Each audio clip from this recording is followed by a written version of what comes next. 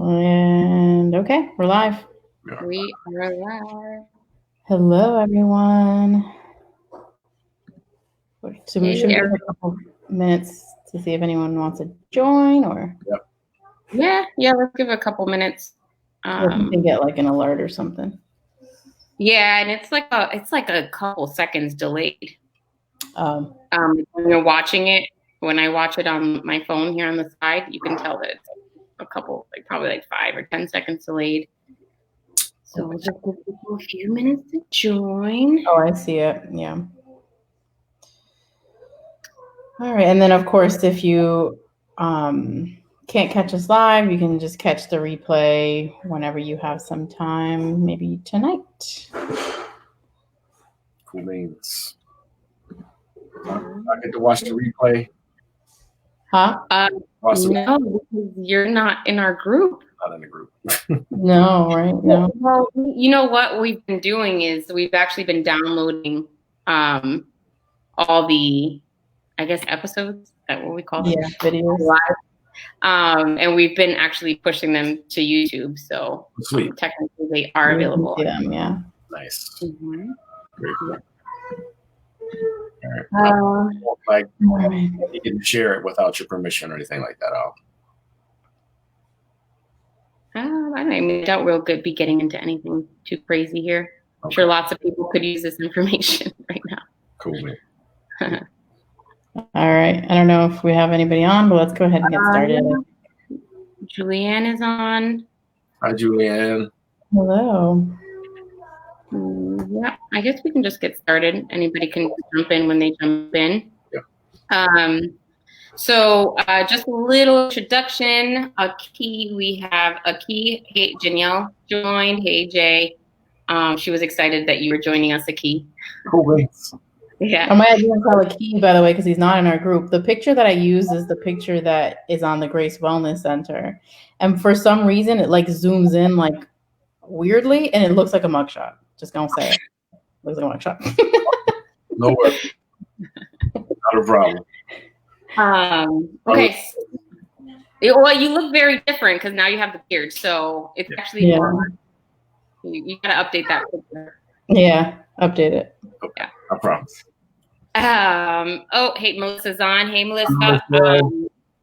So we're just gonna do a quick little intro. I mean, Aki can also introduce himself, but just I guess how we know Aki.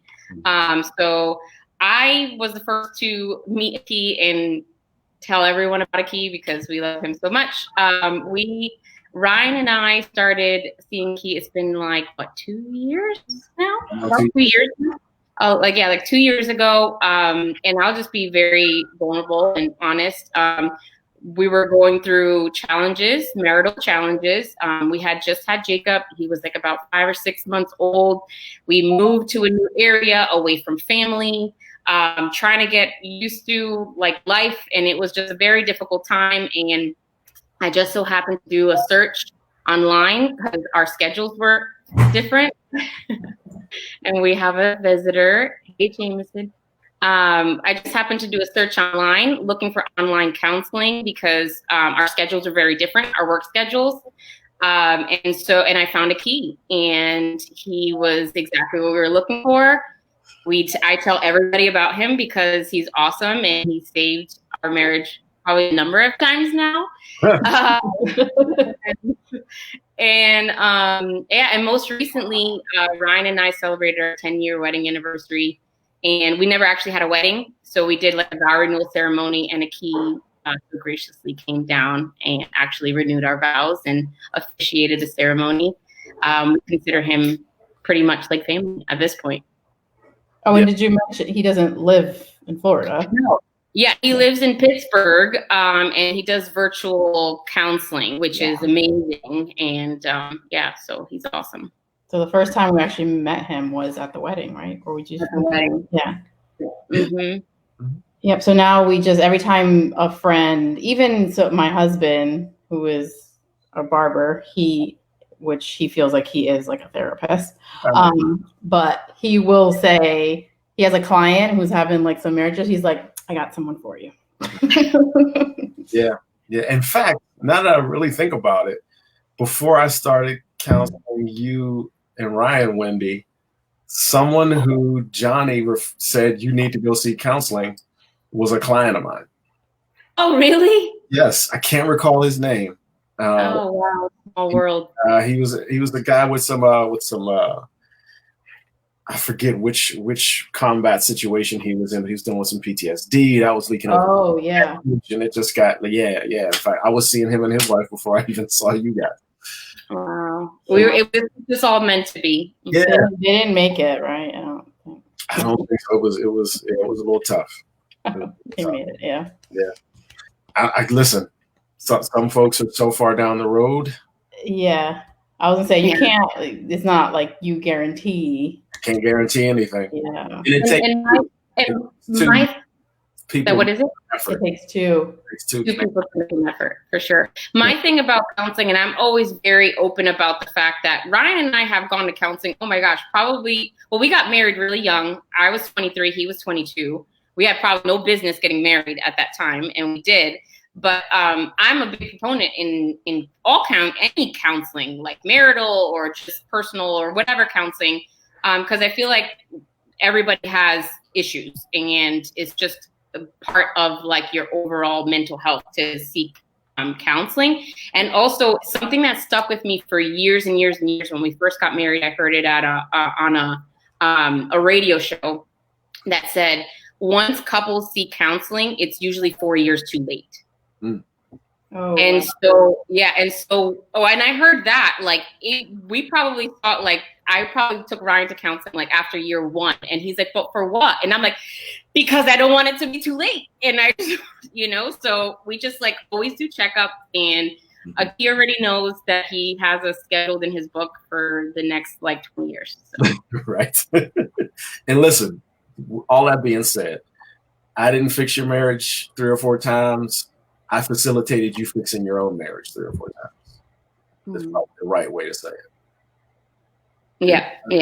And you guys, I always come off as awesome because you're awesome. I just reflect what you guys are able to do. Like, seriously. So. Yeah, I mean, if you want to work for it, if you want to fight for it, you'll do the work that it takes at the end of the day.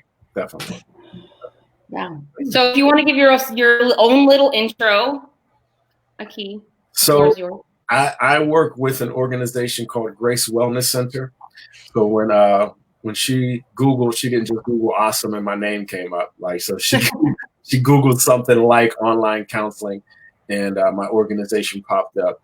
And I've been working with Grace Wellness Center for about 4 years. We're actually a faith-based and full wellness center. In fact, we're trying to integrate Wendy and Jenny's services and products into some of the wellness services we offer. So we'll have that conversation later.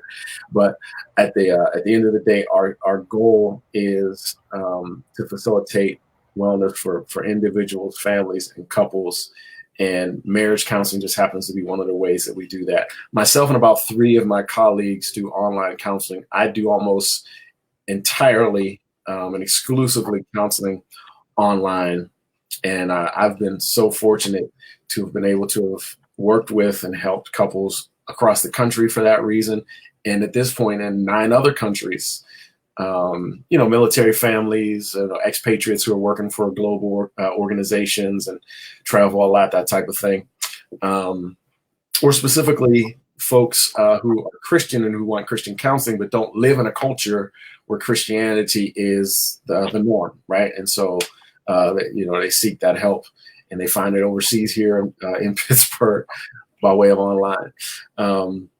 Just so you guys know, we know this is not, a Christian thing here today. This is me giving some very practical advice from the perspective. I was asked to talk from the perspective of men, realizing that this is a group oriented towards and facilitated for and by women. But I thought the best way to do that was just to talk specifically about the different ways that men and women communicate and present and or receive information to one another, realizing that COVID-19, this pandemic, has forced us all to turn inward. And some of that, for some of us, that's working really well. For some of us, not so much. I happen to be one of those people. It's funny because we were talking earlier, having our preparatory conversation a few hours ago, And Jenny was talking about like, yeah, you know, those odd couples who are actually feeling better because of this. And I was like, my wife actually, because my wife's been away, like my wife's working on a degree. And so she spent so much time away for us the last 4 years. And this brought my wife and my kids' mommy back home to us. So it's awesome for us. But, you know, we're only a week or so into it. So I assume we may get on each other's nerves sooner than later. So I wanted to talk from the perspective that was very general about the differences that exist between men and women on a day-to-day that are just being exacerbated by the current circumstances, if that makes sense. So I'm going to go ahead and I don't know how long this is going to be. I apologize if I take too long. Wendy and Jenny, if you feel you need to rush me along, please feel free to do so. But we intend to open it up for a little bit of Q&A possibly afterwards, right? Yep. Okay. Yeah, and if you guys, I am monitoring, guys. So if you guys want to just start asking your questions, you can go ahead and do that. And then as the key kind of goes along, we'll just kind of keep it conversational. Right. All right. Cool beans. So first of all, let's acknowledge one of the problems is that we live in a male-centric world. This is a man's world, unfortunately. And I mean that very sincerely when I say unfortunately. At the end of the day, yeah, I'm a black man, but I have privilege because I'm a man, quite simply, right? And I realize that and I acknowledge that. And part of what becomes problematic in relationships is that a man has this idea that the world is ought to be, you know, like male normative, right? Like you ought to think the way I think. And it's not that women don't assume men ought to think the way they think too, but we feel like we have this higher ground to stand on because we live in a male-dominated world. Hopefully one day you'll play this for your significant others, your husbands, etc., and they'll hear a man say this to them, and they'll be able to reframe that perspective. But a lot of our issues simply stem from that. At the end of the day, we think as men, because we live in a male-centered world, that the way we think is the right way to receive and or give information. We tend to do so from a logical perspective. Women tend to do that from an emotional perspective. And even hearing me say that, there may be a woman listening to me right now who's offended because I said that. Because literally the world has made it seem as though logic is the rule of the day and emotion is somehow a lack of control or a lack of logic, or is somehow less than logic. At the end of the day, rational thinking is not logical, not purely. And that's what living in a male-dominated world has caused us to think. We think logic equals rational, and that's not the case. Rational thinking is only ever the right mix of logic and emotion for a given situation or dynamic. And at the end of the day, when a man and a woman come together, your job is to create rational thought by mixing your emotion with his logic. Now, I don't mean to suggest that men lack emotion. I don't mean to suggest that women lack logic. Yeah. I don't even mean to suggest that you as a woman might not be the most logical person in a relationship or that your man might not be more emotional than you. Typically what I have found is even when the roles are reversed, it's always the opposites who've attracted. Even if it's a more logical thinking woman, she's attracted to this emotional man and vice versa. But yeah. I knew Jenny was an example of that. So I was going to make sure I acknowledged that perspective. But here's the thing. A man's leaning on his logic is not a weakness. A woman's leaning on her emotion is not a weakness. At the end of the day, unfortunately, this and the other differences I'm going to talk about lead men to think women are crazy and women to think men are crazy or broken or you name it, right? And yeah, we're all broken, of course, right? And we all have our own level of crazy. But what I want you to focus on is that it's just different. You're not right versus him being wrong, or him being right versus you being wrong. You just have two very different ways of approaching the same problems or or the same feelings and thoughts and decisions. So logic versus emotion is one of them. But remember, you will be able to temper your desire to flood him with the emotion, thinking he has to be able to take that on, and prayerfully help him to understand he should not bombard you with logic when you both understand in order for us to come to rational decisions, we have to blend the two. All right. So logic versus emotion. Remember that two of those have to be blended together well to come up with rational thinking. Another way that men and women are very different is, and I've heard this analogy to explain it, is that a man's mind is like a waffle and a woman's mind is like a plate of spaghetti. And if you visualize those two things, look at a waffle and see how it's compartmentalized. It has it has a finite shape, right? It's a very identifiable shape that you're aware of. It's pretty simplistic. Plate of spaghetti, not so much. Like every round waffle looks like every other round waffle. Every square waffle looks like every other square waffle. You'll never find two plates of spaghetti that are identical. That makes a lot of sense. Right? Mm-hmm. And so here's what that analogy talks about is that men tend to compartmentalize their thinking. Women tend to tie all of their thoughts together. Can you give an example? What happens for us is particularly when we're talking about tension, right? You're talking about a problem that exists in the relationship. What happens typically is your spouse or your partner looks at the moment and says, well, here's what we're talking about. We're talking about what you said 5 minutes ago and what I said in response. And if we can just deal with that, we'll be okay. When a woman is saying like, no, we have that conversation every month or so, or every time this happens, we have this conversation. Or the last time a woman tends to immediately link that 5 minutes ago to anything that looks remotely like it or feels remotely like it. And men just want to address the big problem at hand. But I picked up my underwear off the floor, so now we're good. And women are like, no, but you never pick up your underwear everywhere as well. Yeah, it's not just that you picked it up. I had to tell you to pick it up, and I always got to tell you to pick it up. And that's not the only thing I got to tell you to pick up. I got to tell you to clean up yourself in the kitchen. Right? Yeah. Oh my gosh. I can hear that conversation. Unfortunately, a man thinks that's nagging. No, that's the way your mind immediately draws to all of those things, where a man's mind just focuses in that moment. Mm-hmm. And from a woman's perspective, it makes it feel like the man has a smaller mind. Like, no, that's the way his mind works. I picked up my drawers, Wendy. We're done right now. It's all good. It's all good. No, but and listen, the strange thing about that, this idea that men have these boxes we go into, is that it makes us feel like, so when a man is hearing you draw all those things together, he feels like overwhelmed and attacked. And he's like, why can't it just be about this? Right? And it's not that you're not intending to attack him, but here's why you're when you get upset, if you will, because all he's looking at is this, is you don't feel understood.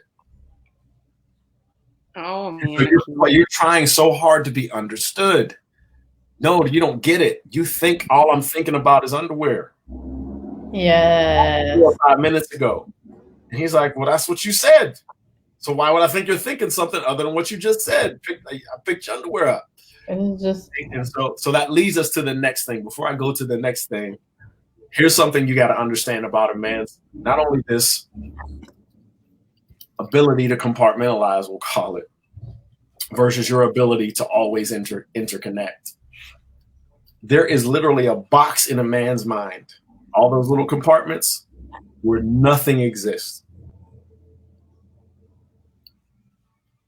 And in this stage and phase of our reality, dealing with this pandemic, your husband, your significant other may be seeking time to himself as you are as well. One of the things you got to understand about a man is that when you go to that space, your mind might start racing. Your mind might just start going to all the things you got to do when you have to reconnect, right? When a man goes to that space, his mind may actually go to zero.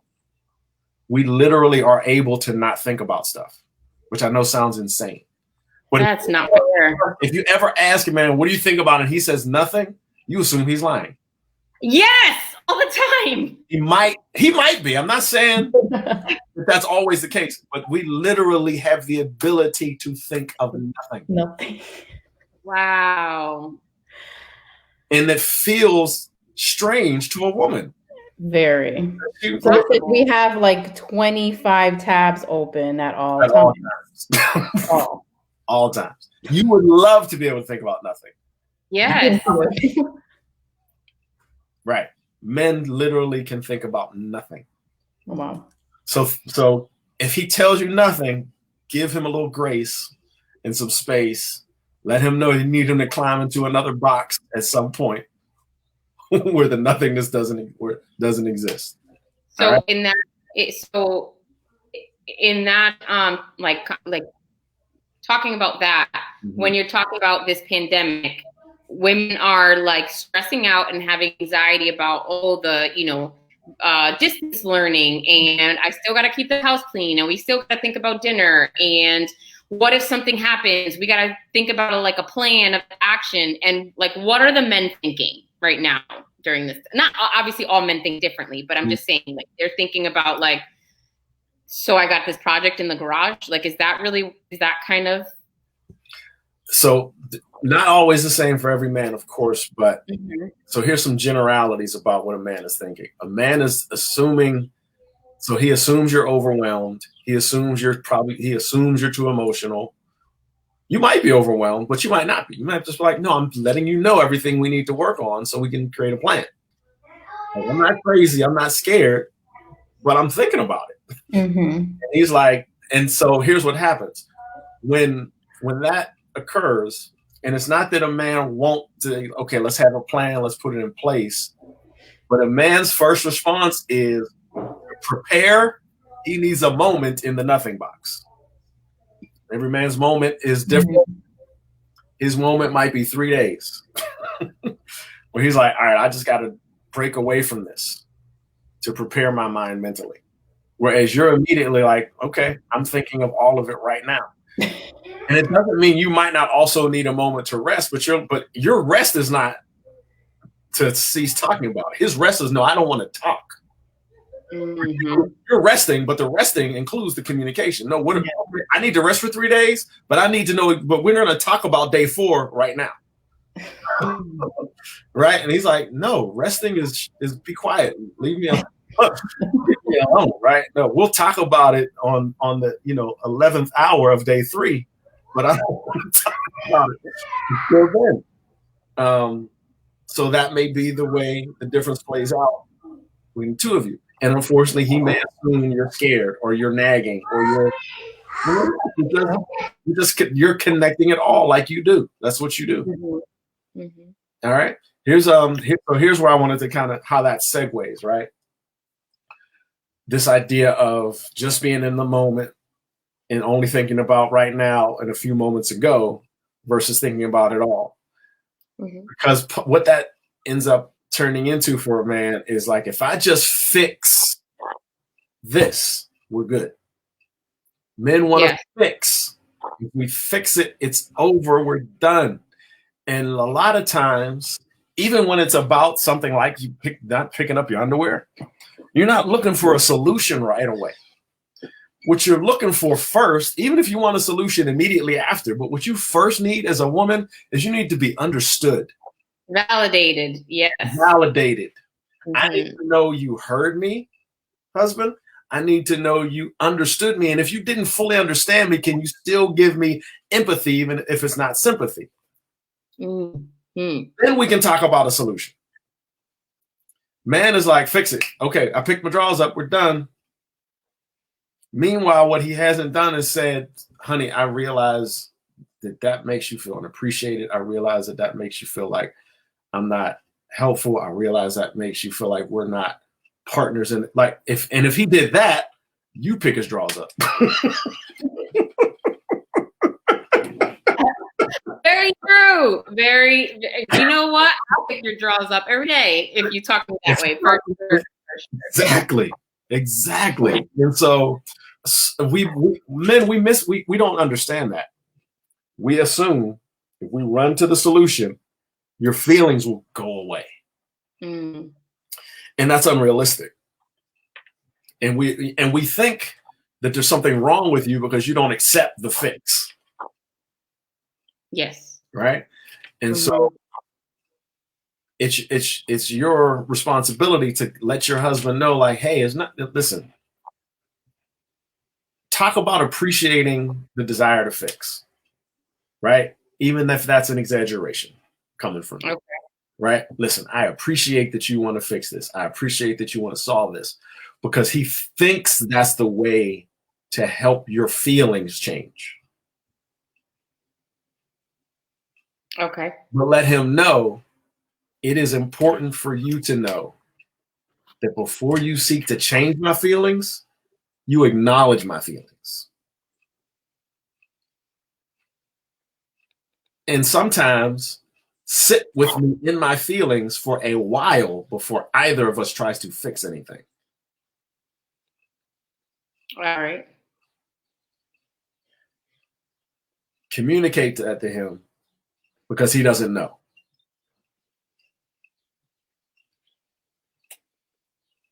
All right. Good. Yeah. Right. Yeah. Listen, as best as you can. And I try not to tell people to make things tit for tat and always about reciprocity and always rewarding people for doing the stuff they ought to do. But at the end of the day, express your appreciation with words and action. When he does it, express your appreciation for it.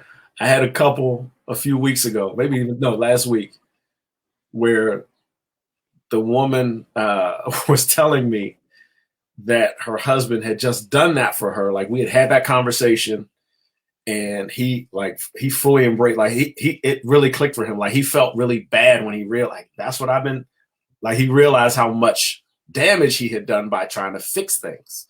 Like, you were literally breaking more stuff by fixing other stuff, right?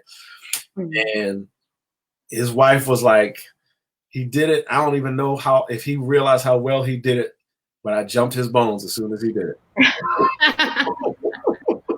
And here's the funny thing. He didn't even realize that was why his bones got jumped. He was like, that's why listen, now maybe you're not the one to jump his bones immediately, but in whatever way you can, let your husband know just how much you appreciate when he's willing to just allow you to feel. And if he can even feel with you, make it very clear how important that is to you.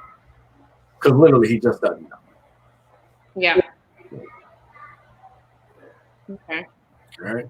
Here's another thing that's kind of quirky about men and women that makes it difficult for us to communicate clearly with one another, is that the way we posture ourselves is very different. For women, when they want to see your heart, whether it's because the moment is tense or because the moment is tender, women tend to want to have eye contact in those moments, right? They want to see the softness of a man's countenance when they communicate in those types of moments, right? For men, eye contact means combat. Literally seeking connection, and he's assuming combat. Wow. You gonna fight? Exactly. Like, oh, you want to fight, right?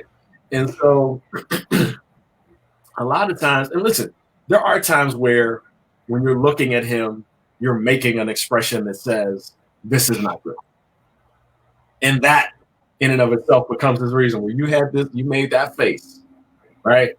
Right, Jenny? And so, at the end of the day, sometimes it's about everything else along with your eye contact. Sometimes it's about your body language and the way you're and the way you're positioning yourself. But for us, eye contact needs combat. Now, here's what's odd about men is that men will open up to you when you sit beside them as opposed to when you sit in front of them or stand across. Oh, wow. Okay. Yeah, I remember you telling us that. Yeah. There was a study done, I want to say it was at the University of Delaware some number of decades ago, where they took, I think it was the University of Delaware, neither here nor there, but they took men, women, boys, and girls. What they did was they paired people with someone of the same gender and of a similar age, had them enter into a space that only had two places to sit, two chairs, and basically instructed them, hey, you're going to go in this room. There's going to be another boy there, or another man there, or another woman there, or another girl there. You're going to just sit and have a conversation with them.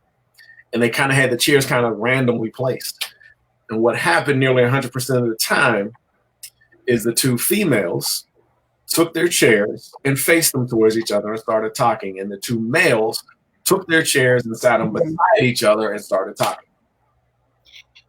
That's so interesting that you say that, because when we go out to eat, I always expect us to sit across from each other, and Ryan prefers for us to sit in the same booth side. Mm. Yeah. We're more comfortable that way. If you've ever heard of a person who spent their life working in the military and then retired, or a person who was a professional athlete, particularly men, long professional career as a professional athlete and then retired, one of these common phrases you hear them say is, I miss being shoulder to shoulder with the guys. Because that's a very real thing for us. It's this idea that we are comfortable when we're able to line up with you shoulder to shoulder. So if you're going to have a conversation with your partner, you want to if you sit on the couch, not at the table in front of each other. Right. Now, here's the thing. If this was a group of men, I'd be letting them know you have to give your wife FaceTime. Okay. He needs it. Yep. You got to be willing to give it, but you got to be willing to give him shoulder time. So you find a rhythm or you find a compromise, right? And listen, at the end of the day, one of the things I hope you do is you learn to over communicate with each other and talk about that right up front. Like, hey, honey, I want us to talk about X, Y, or Z. I want to make sure we're as open with each other as we can be. I'm okay with sitting next to you and being shoulder to shoulder. Can we do that? Or I really need to be able to sit across from you and look eye to eye. Can we do that?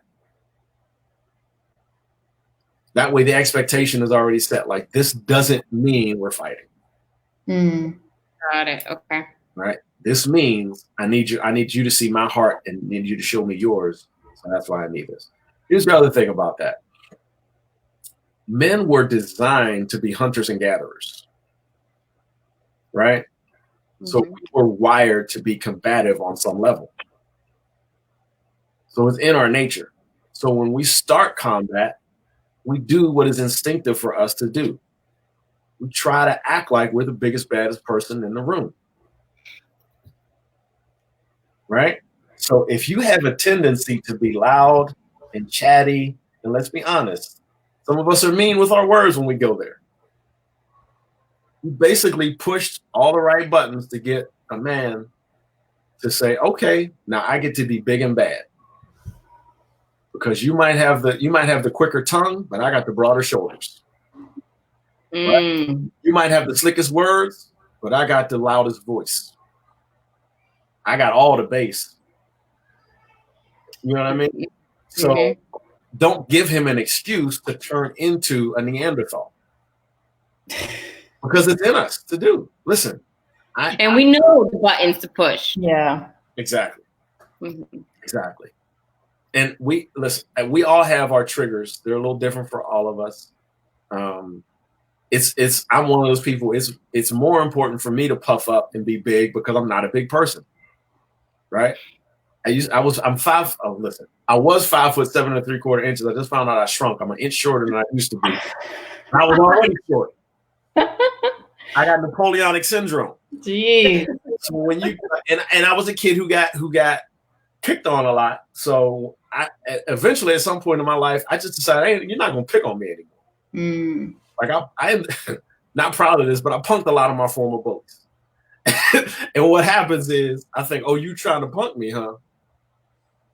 I don't punk so easy. And that's not okay. That's not okay. I'm not proud of that. Trust me. But what I'm saying is that's real and that's a part of who I am. And something like that exists in your spouse, your husband, your significant other. Don't push that button. One of the things that my wife and I started to do was we started to make sure that we were conscious of how we were standing and how we were oriented when we started to get into tense discussions.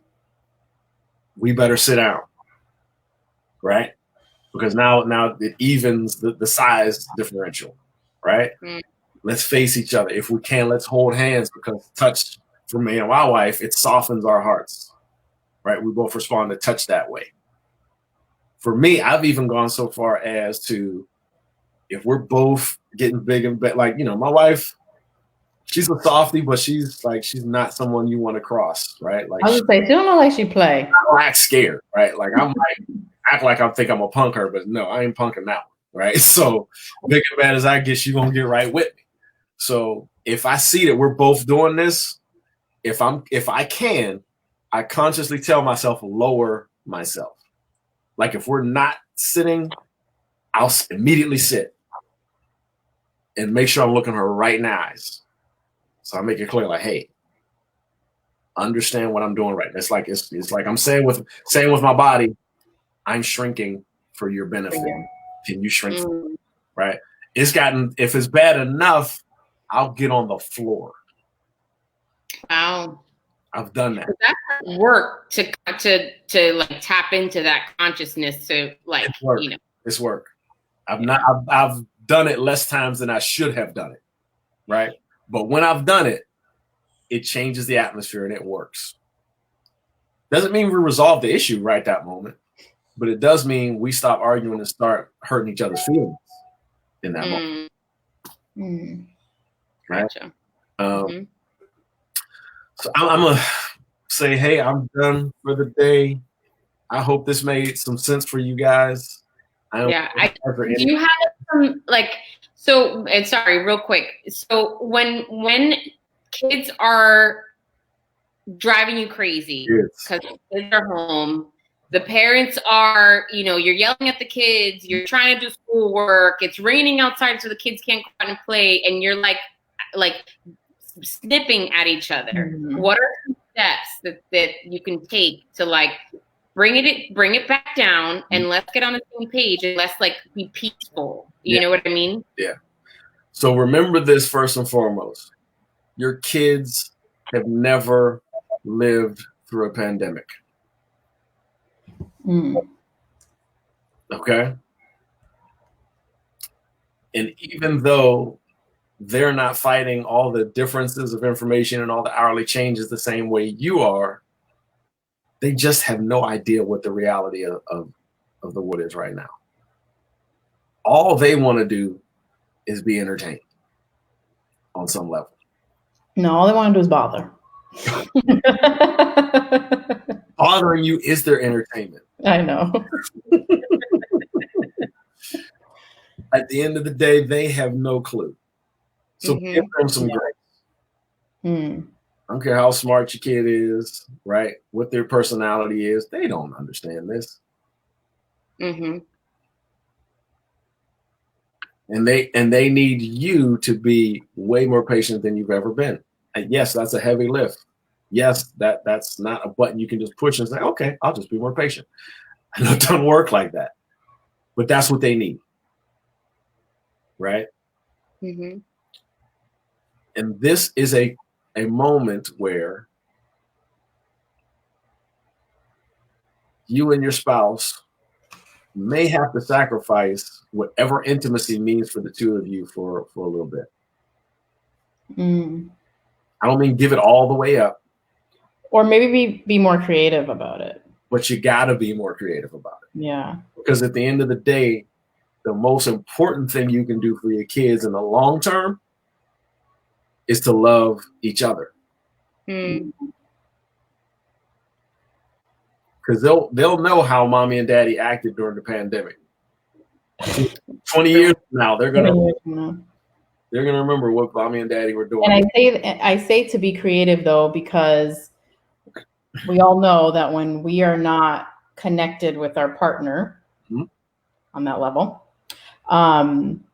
we are, well, I guess I can speak for myself. We're snippier to each other. Yeah. That's because we have not connected to that level. So the kids annoy us more, actually. Yeah. But once we connected on that level, and we're like renewed, I guess. Like we feel like refreshed, and we can tackle this again. And so I think we can't just say stop all intimacy, or it's just you have to be a little bit more creative. Like it's not like how you used to do it 2 weeks ago or whatever. Right. It's like, yeah.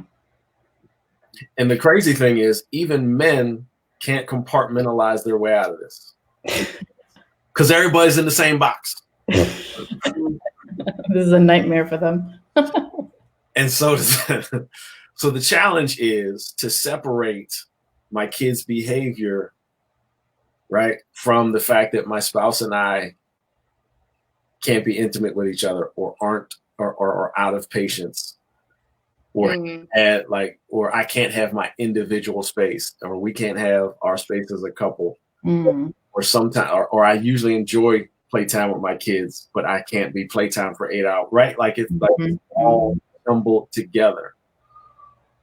And literally, you all have to figure out, how do we compartmentalize some of this?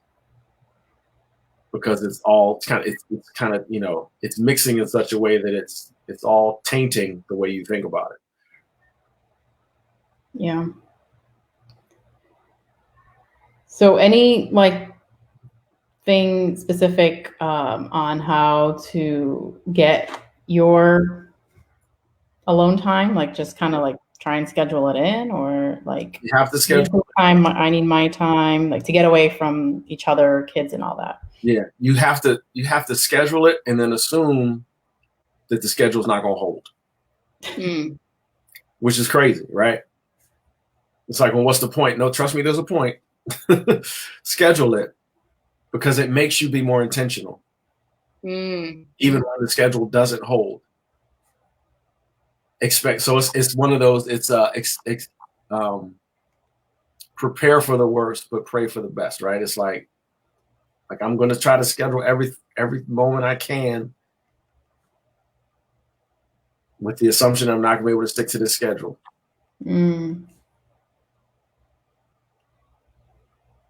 But I'm going to schedule it anyway. Yeah. There will be times where you stick to an entire day or half of the day, and celebrate it when it happens, right? But assume that there are so many curveballs that are going to come your way that you're going to swing and miss a few times. But assume you're going to, so it doesn't hurt you as bad. So you don't feel as bad. Yeah. Just right now, Johnny was supposed to be here, and that's why I was in and out. Right. He came in the door, and I took a deep breath. Yeah. And well, maybe because I couldn't yell on here, but yeah. So I was just like, it's all right. You gotta be flexible. We're all kind of doing the same thing, essentially, in different ways. So I'm, so. And here's the other thing. Everyone is frustrated. Exactly. Including the kids. They don't want to be around us either. They don't want to be right. They might want, when they want you, they want you. But when they're done with you, they're done with you. Exactly. Right? And so realize your husbands are frustrated, your kids are frustrated, and you can sympathize with that. So give them a little bit of extra grace, and give yourself a little bit of extra grace. It's okay to not feel right. It's to not feel right, to not be happy, to be uncomfortable. You have a right to feel that way right now. And so do they. And so do I. All right. I like it.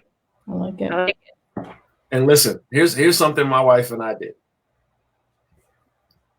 So I have an eating disorder, right? I eat to feel better. That's my medication. right? And we all have our vices. Mine's is sweets and snacks and that type of thing. And while we don't want to overdo those types of things, if you're exceptionally strict with some of those types of things, loosen the reins a little bit. Like don't let that be a source of stress.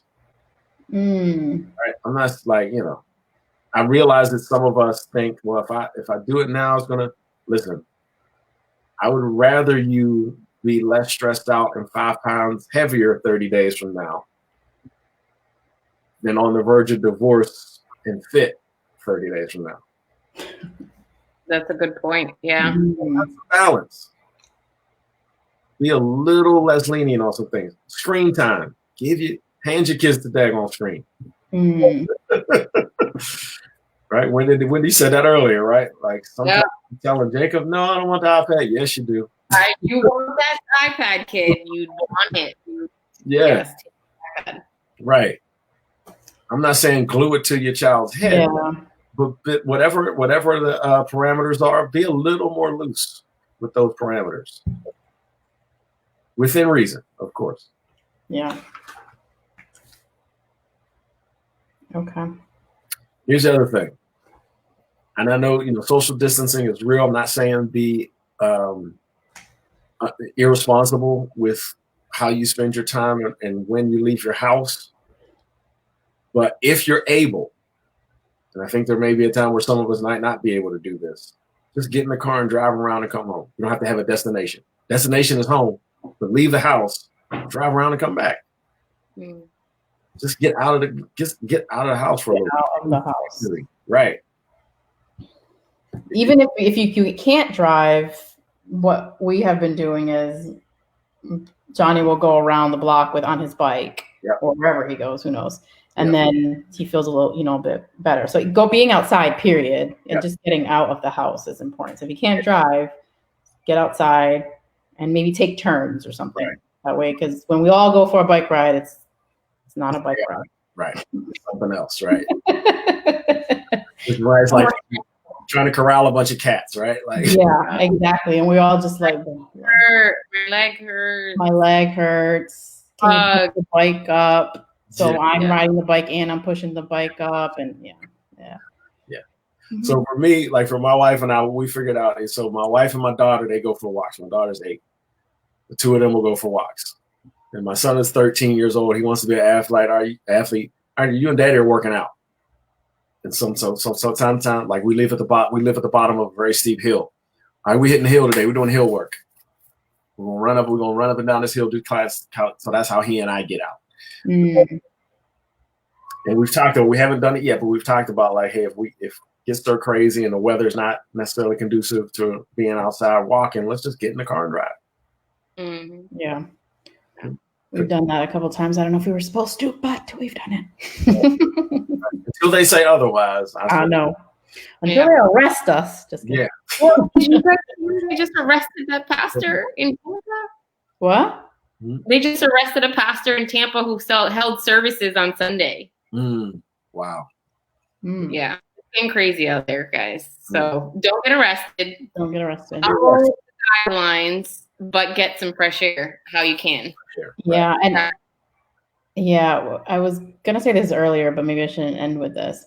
And this is probably why you should get in contact with the key. But I heard that child abuse and domestic violence calls are like through the roof right now, which is so sad. I get really sad thinking about kids that live in like apartments, really small areas where they don't have enough, places to like be and breathe, and maybe they can't go outside. Like just so many things I think about, and I'm like, it's not in my control. I can't do anything about that, but I did hear that, and that makes me really sad. So there's stuff you can do beforehand before we can, it gets to that level. But and here's a couple of coping mechanisms that I think will be helpful. You would normally think of these as the things only a crazy person would do. No, they are not. So our bodies are wired to help our brains process when we move. Right? Yes, sometimes you need to be sedentary to carry out certain tasks and thoughts. But for example, like golfers are known to score better when they walk the course as opposed to when they ride a cart, because their body, they're thinking about and processing the shot for the entire walk to the ball, right? That not only is that time shortened when you get in the cart, but your body isn't involved in the process. It's just your head. When your body is moving, is involved in the process, you have a better shot.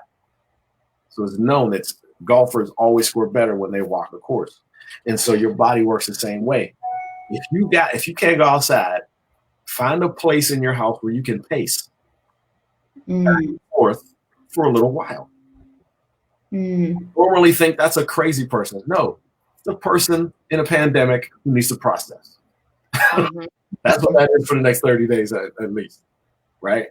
Listen, everyone needs to just let it out sometimes. It is okay to go to a garage or bury your head in a pillow and just scream your lungs out. You are not crazy for doing that. You are processing pain and discomfort, and you have to process it or it just festers. Right?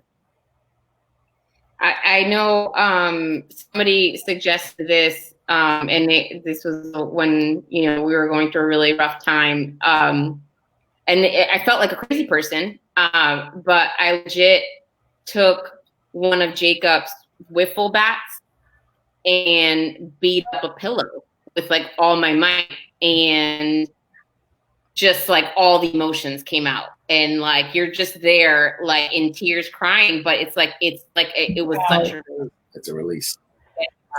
Yeah. The release is necessary. It is. It is. Jenny, you okay? Yeah. You sure? Yeah. Just like you said, I scheduled this in, but it didn't happen like that. So, right. Yeah, I can hear them. This wasn't supposed to be like that, but I can hear them. Well, we can't, so it's all good. I can't hear. Yeah. So, questions from anyone listening? No. Yes. I think because a lot of people always catch replays. So if you are catching the replay later tonight or another day, let us know if you have any questions, and we can get them to you. And then we'll also post a link of where you can find Aki, where you can reach out to him. We have like an infographic that we're going to share a little about his organization, so you can reach out to him. So don't let it get too bad, guys. Yeah. Reach out to Aki. He's very flexible with his hours too. He meets at night after kids. Yeah, we used to meet with him at 10 o'clock at night, I think. Yeah.